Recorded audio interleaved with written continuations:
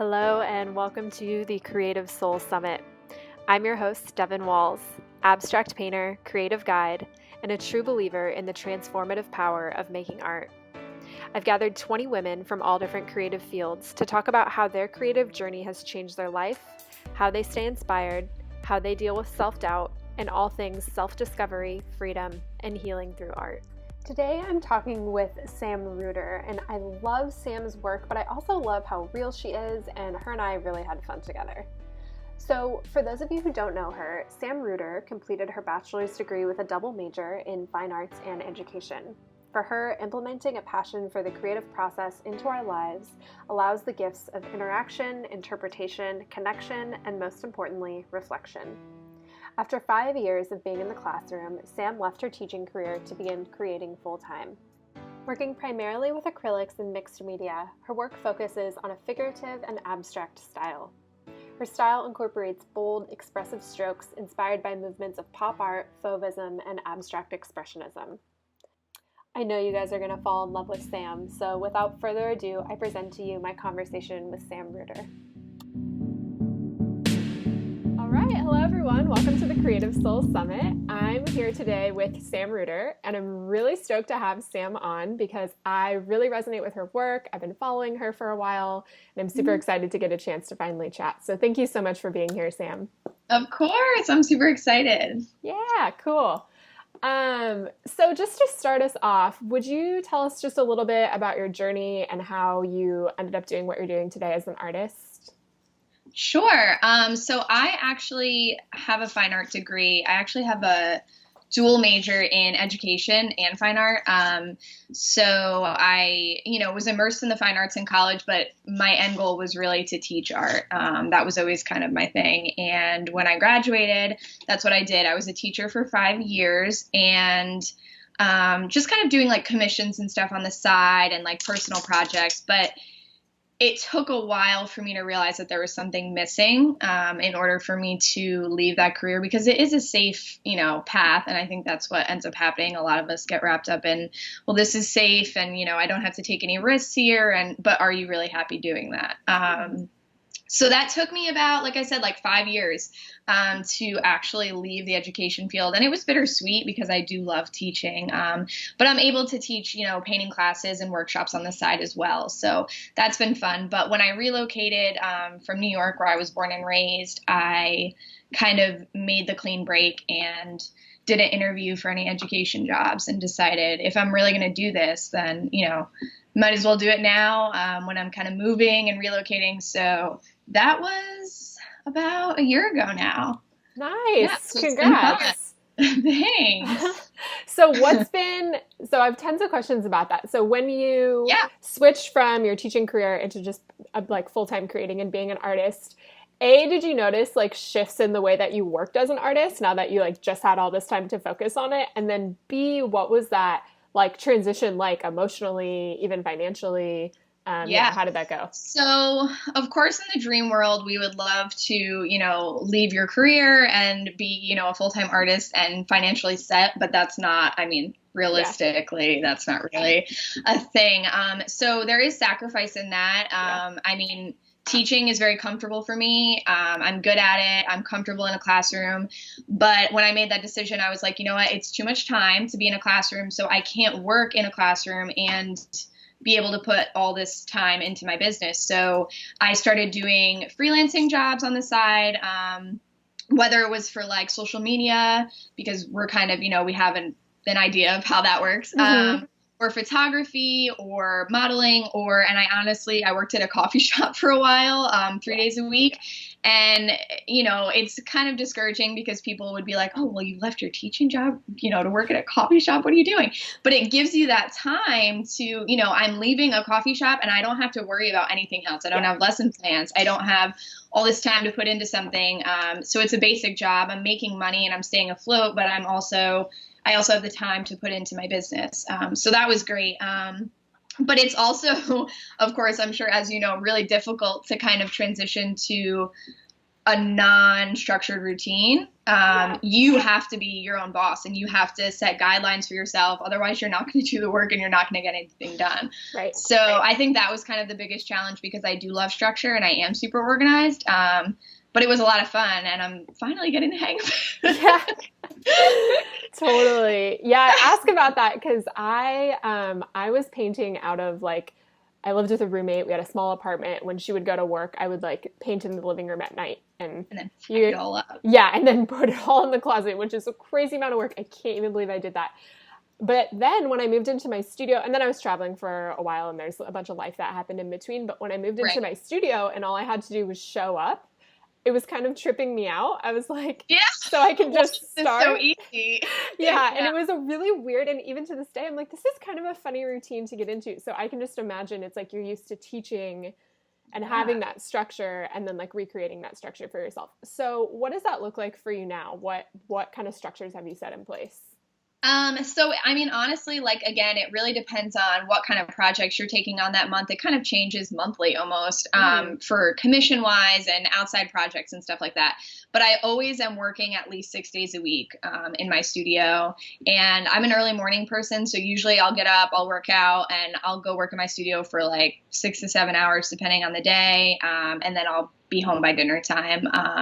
But I mean, life happens and you have other stuff coming up. So it's really just, it changes monthly based on how much you're taking on, work wise, but it's awesome. Yeah. But I think also like as a creative, I've become really reliant on goal setting, in the last 8 months or so. And I have a goal, setting journal that I have.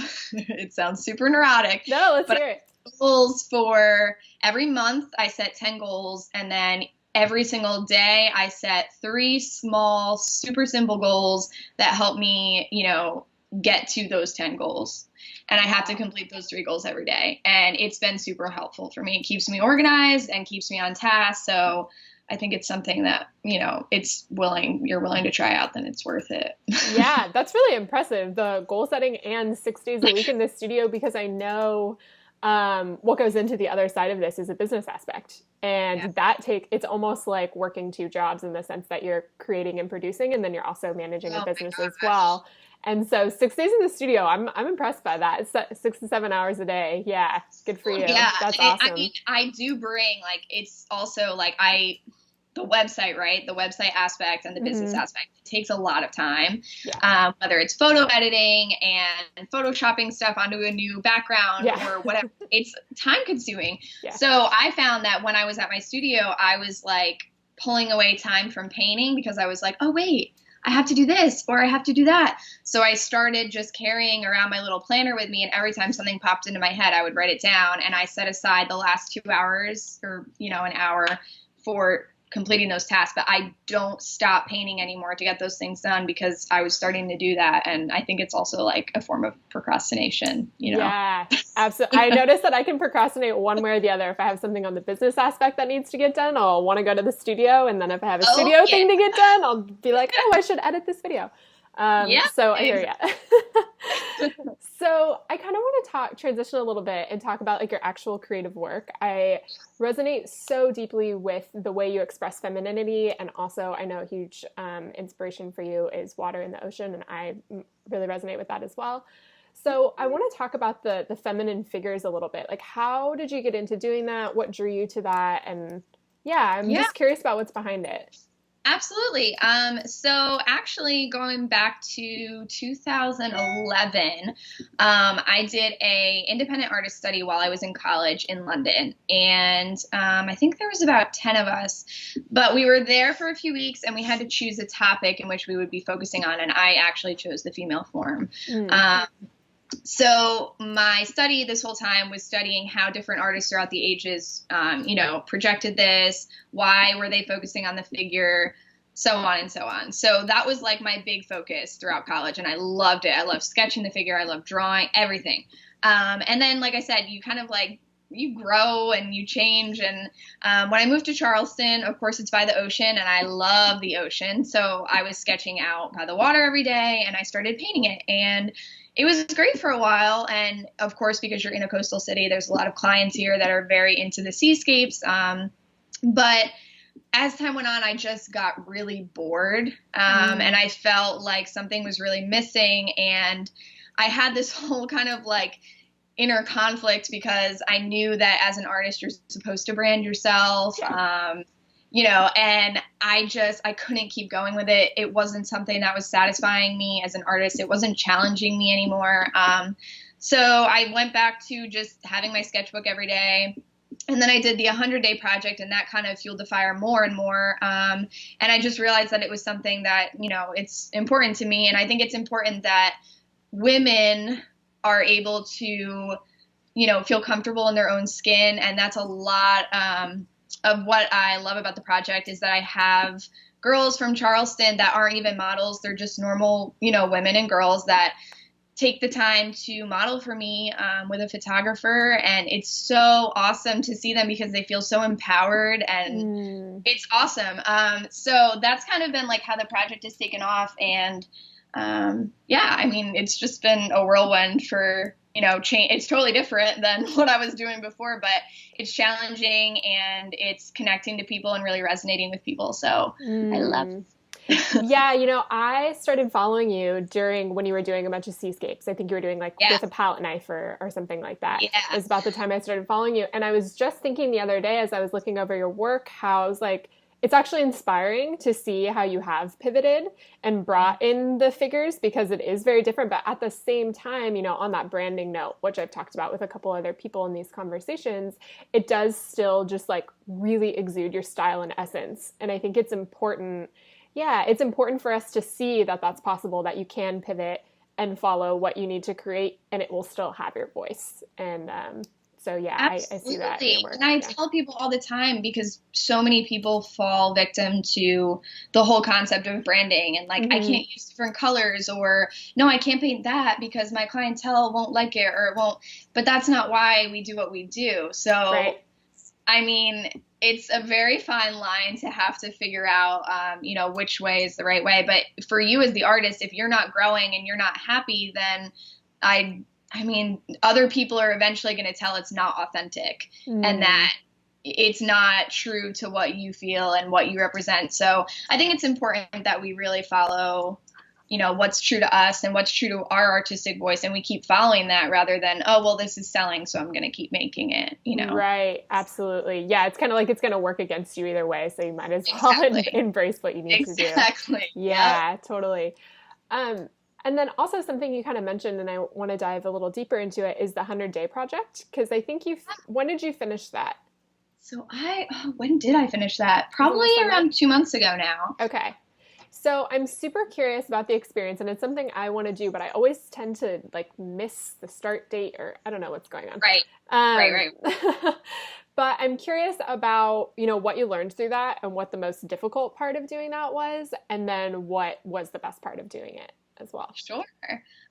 So if you follow, I don't know if you follow El Luna on Instagram, she usually announces it, and I always missed it. I never knew what was going on. Yeah. This year I was like, okay, I'm going to pay attention. I think this is something that I really need to do because as artists, I feel like we're always working so hard to be able to get more clients and this and that, but we're never working on personal projects. And that's really what grows you. And I think it's what helps you stay true to your voice. So that was a really important project for me. And I was terrified because I was like, okay, I'm going to announce to the world via social media that for 100 days, I'm going to be doing something. That's crazy. That's so saying it out loud always helps me, follow through on a project. So I was like, if I announce this, I'm either going to fail and, people are going to know it, or I'm going to actually challenge myself and follow through on it. So I committed to it. And when you start the project, you have to figure out something like a subject that you want to stick to. And how you're going to go about it. So I chose a small 6x6 size that I was going to be able to work with every day because it's small, it's quick, you're not committed to a huge piece every single day. But I wanted it to stay in my realm and in my style. And I love to sketch and use watercolors. So that's kind of just how it took off. And the best part about it, is that I got to meet so many other creatives and cheer them on, during their journey. And it also just became like a natural practice for me. So now in the mornings, I wake up every day and I'm still eager to sketch, and it's just like part of my daily routine, which kind of, you know, gets the ideas flowing, and it's great. And for years I'd gotten away from that. So it really changed my practice, which I mean is incredible. And I'm very grateful. The most challenging part is that it's 100 days straight. I mean, you don't really think about how much happens in life in 100 days, whether you're traveling or you're sick, just little random things. But you have to learn also to be gentle with yourself. Things come up and it's okay. And some days you're going to be playing catch up. Other days it's going to be really hard and you're not going to want to sit down and sketch. But I think that's the beauty in it all. It was a really challenging and positive project, and I would really recommend it to anybody, honestly. Yeah, that's cool. I could see that. 100 days, you don't really, like, I look back and I feel like I change so much, like every week I'm like a new person, so I can't even imagine. It's crazy. Yeah, that's crazy. It's crazy, but it was really good, and I mean, it was challenging to be like, okay, how am I gonna bring this on an airplane, or how am I gonna, you know, it's fun. It's really fun. Yeah. And I like too what you said about like now it's just kind of like ingrained in your practice too, which is super important. And even something that I'm kind of advocating is people who like wouldn't consider themselves artists but want to start a creative practice. Oh my God, that would be, it's perfect for them, whether it's journaling or taking a photo. I mean, it could be cooking. It could be doing anything, I think. And I wish like more people would kind of start to try that out, because I think it would be really cool to see other people besides just fine artists dive into that a little bit more. Yeah. Does she say that in the 100-day project that you can do like whatever you want? She does. And I saw more this time than the last time that there were more people involved in it. But I think it would be so awesome if we had just some more, you know, across the board. Totally. Yeah. Okay. Next year, I'm gonna like make a point to know when it starts and not miss it. Yeah. So something else that I wanted to ask you about, and I think a lot of us as artists deal with, is this imposter syndrome concept. And I know you wrote a blog about it. So for people who don't know what that is, can you kind of explain it a little bit and then talk about your experience? And then I would also like to hear a little bit of advice for other people. Sure. Yeah. So I wrote a blog about it a little while ago because I was dealing with it, and I feel like a lot of times people don't even know what it is and that you're dealing with it, so you kind of feel like very alone, but it is a real thing. And It really does happen, and it happens to a lot of us. So basically imposter syndrome is where, whether you're, you know, no matter the amount of success you're having, that you feel like someone is going to stand up and point their finger at you and say, no, you don't deserve to be here. You don't have that training. You don't have whatever it is that you're insecure about, that people are going to say, no, you do not deserve this. You're not really who you say you are, basically. So I think for us as creatives, and I know a lot of people that aren't trained in art, and that's fine. I mean, so it's kind of like, you're worried that people are going to be like, well, how are you selling that painting? Because you're not really a painter. Or so, yeah, I mean, I feel like we all suffer from it at some point. And I felt it more and more, I guess, over the past few months, especially working with higher clientele and higher galleries. You're kind of like waiting for someone to be like, no, you're not, you know, you're young and you don't know what you're talking about. And it doesn't matter if you went to art school, or if it doesn't matter if that painting's good, you're not deserving of being here. And I think, honestly, things like journaling and the 100-day project and really taking a lot of personal time to reflect on those thoughts and how to conquer them has really helped a great deal. Definitely. Yeah. Yeah, it's funny you say that too, as you started working with higher clientele, because I've noticed like the more I'm self-taught. And so in the beginning it was this like curious exploration, and then I kind of started owning it, and then I kind of started moving into selling it. And so it's like, as I've gone farther down that path, it's come up so much more. Right. And I think that's really common. Right. And I think, but the funny part is that even like for someone who went to art school, we go through the same journey, you know, we have that exploration part for, I mean, it could go on for years in the beginning before we're finally like, okay, I can take this seriously and I can allow others to take it seriously. And I mean, how you value yourself is how others are going to value you. So the more you doubt it and the more you say, oh no, I'm not worthy of that. I'm not going to apply for that show, or I'm not going to apply for that grant, or no, I'm not going to start a website. People are going to know that I'm not a professional artist. The more that you're going to get that energy back. So I think it's important to just kind of hold your nose and jump in and be fearless about it, and know that there's so many others out there that feel the same way, regardless of what point of the journey they're in. Yeah, absolutely. I like that metaphor. Just hold your nose and jump in, because you're going to get what you give. Yeah, absolutely. I totally agree with that. So something else I kind of wanted to ask you about on that same note of just kind of moving forward is how you would advise other people to get their work out there, whether that be in person or online. Yeah. So when I started, I actually, like when I was doing small stuff before I had like my brand and all that, I was selling on Etsy. And it was a great little platform for me to start and get my work out there, because if you don't have a lot of experience in marketing or building your own website, you can't just, these are not things that you can just jump right into or pay someone thousands of dollars to do. So Etsy was really a great source for me because, they're using the keywords, and the search engine on there is getting people to see your work without you really having to pay a crazy amount of money to do it. And then in the interim, I really think it's a great idea to get a website. I know a lot of people that still are scared to pull the trigger on a website, and it's changed everything for me. I'm somebody who really is like very hands-on and is like, oh, I can do it myself. Same. So I spent like the last year and a half, taking courses and paying for courses that maybe you don't really want to pay for, but to gain the knowledge of how to market with SEO or how to build a template on Squarespace, things like that. But then like the in-person stuff is really, really crucial too, because people love making that connection and meeting you face to face and talking to the artist. It's really personal, and it makes it very easy to kind of form a connection with someone and gain that clientele. So I think it's really important to do like high-end markets and stuff, depending on, what your craft is, whether you're a painter or whatever. But you can always research shows that are going on in your area, galleries that have shows, group shows and exhibitions. Those are great too. Just as much as you can to get your name out there and for people to see your work and connect with you in person is great. Yeah, absolutely. I've definitely noticed that there needs to be some sort of balance in order for you to really feel like your work is connecting with other people. So I think that both pieces are super important. Absolutely.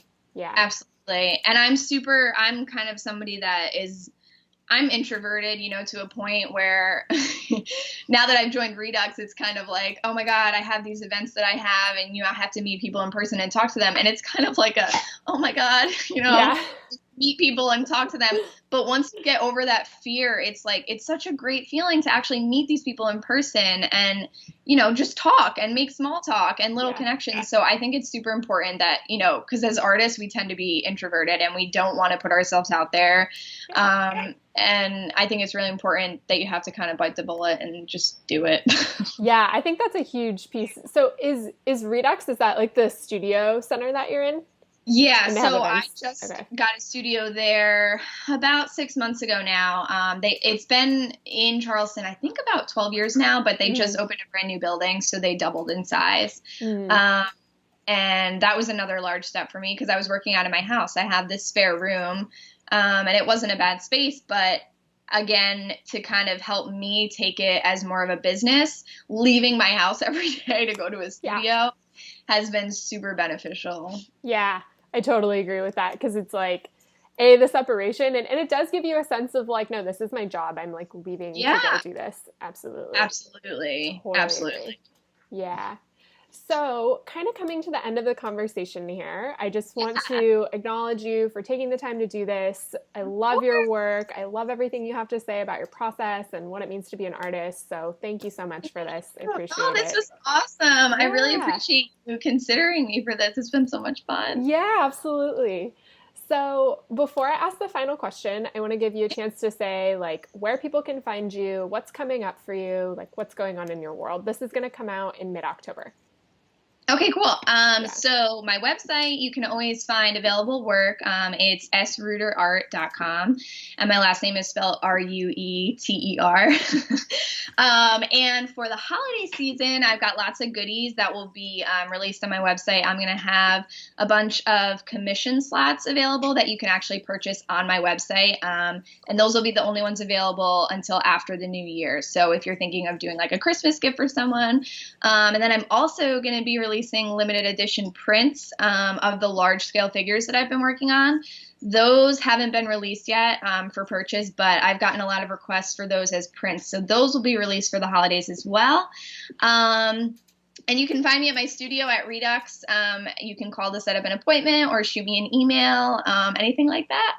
Awesome. Cool. Well, I'll link to all that below for sure. Awesome. Thanks. Yeah. So the final question is, what do you love about being an artist? Oh my gosh. Ooh, that's a hard one. Oh, so many things. I love I guess the main reason that I do it is for fulfillment, and authenticity, and being able to be a voice for myself, but also connect to others. I've never, even as a teacher, I don't feel I've ever connected or had the ability to connect to others without creating, without being an artist, and without putting work out there. So whether it's, new friends I've made, or clients, or people that have gone through traumatic experiences, or overcoming, insecurities, things like that, it's just my favorite part about it is being able to connect with other people. Beautiful answer. I love it. Thank you so much, Sam. Appreciate you being here again, and we will talk very soon. Absolutely. Sounds good. Bye.